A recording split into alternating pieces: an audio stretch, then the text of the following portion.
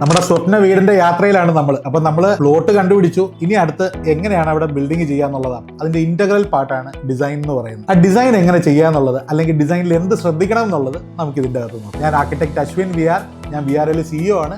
നമുക്ക് ഇതിനെപ്പറ്റി ഡീറ്റെയിൽഡ് ആയിട്ട് നോക്കാം. ഒരു ഡിസൈൻ സ്റ്റാർട്ട് ചെയ്യുന്നതിന് മുന്നേ ആദ്യം നിങ്ങൾ ചെയ്യേണ്ട കാര്യം, ആ വീട് യൂസ് ചെയ്യുന്നത് ആരൊക്കെയാണോ അവർ ഒരുമിച്ചിരുന്നിട്ട് എന്താണ് അവരുടെ സ്വപ്ന ഭവനം എന്നുള്ള രീതിയിൽ ഒന്ന് ചർച്ച ചെയ്യുന്നത് നല്ലതാണ്. ഏത് രീതിയിലുള്ള ഏരിയ ആണ്, എങ്ങനത്തെ സ്ഥലങ്ങളിലാണ് അവർക്ക് സ്പെൻഡ് ചെയ്യാൻ താല്പര്യം, അല്ലെങ്കിൽ എല്ലാവരും കൂടി വരാനായിട്ട് ഏത് സ്ഥലത്താണ് താല്പര്യം. ചിലർക്ക് ഡൈനിങ് റൂം ആയിരിക്കാം, ചിലർക്ക് ലിവിംഗ് റൂം ആയിരിക്കാം. അങ്ങനെ പല രീതിയിലുള്ള ഇഷ്ടങ്ങളും അനിഷ്ടങ്ങളും ഉണ്ടാകും. ഇതെല്ലാം ആ യൂസേഴ്സ് ഒരുമിച്ചിരുന്ന് കണ്ടുപിടിക്കുന്നതാണ് ആദ്യത്തെ ചടങ്ങ്. ഇതിന് ഏകദേശം ഒരു ധാരണയായി കഴിഞ്ഞാൽ നിങ്ങൾക്ക് ഒരു ആർക്കിടെക്റ്റിനെ കണ്ടു. എന്തുകൊണ്ട് ഒരു ആർക്കിടെക്ട് വേണം? ആർക്കിടെക്ട് എന്ന് പറയുന്നത് ഈ ഡിസൈൻ മാത്രം ഫോക്കസ് ചെയ്ത് പഠിക്കുന്ന ആൾക്കാർ. അപ്പൊ അവർ ഇതിന്റെ അകത്തൊരു റിസർച്ച് ചെയ്യുന്നത് പോലെയാണ് കാര്യങ്ങൾ ചെയ്യുന്നത്. നിങ്ങളുടെ വീട് നിങ്ങൾ സെലക്ട് ചെയ്ത പ്ലോട്ടിനനുസരിച്ച് എങ്ങനെ ചെയ്യാം, നിങ്ങളുടെ ഇഷ്ടങ്ങളെ എങ്ങനെ അതിൻ്റെ അകത്ത് ക്യൂറേറ്റ് ചെയ്തിട്ട് നമുക്ക് പ്ലാൻ ചെയ്യാന്നുള്ളതും, എങ്ങനെ ലൈറ്റ് വിൻഡുകളെ കാര്യങ്ങൾ ഇതിൻ്റെ അകത്ത് കൊണ്ടുവരാന്നുള്ളതും, നിങ്ങൾക്ക് ആവശ്യമുള്ള ഫീൽ എങ്ങനെ കൊണ്ടുവരാന്നുള്ളത് ആർക്കിടെക്റ്റിന്റെ ജോലിയാണ്.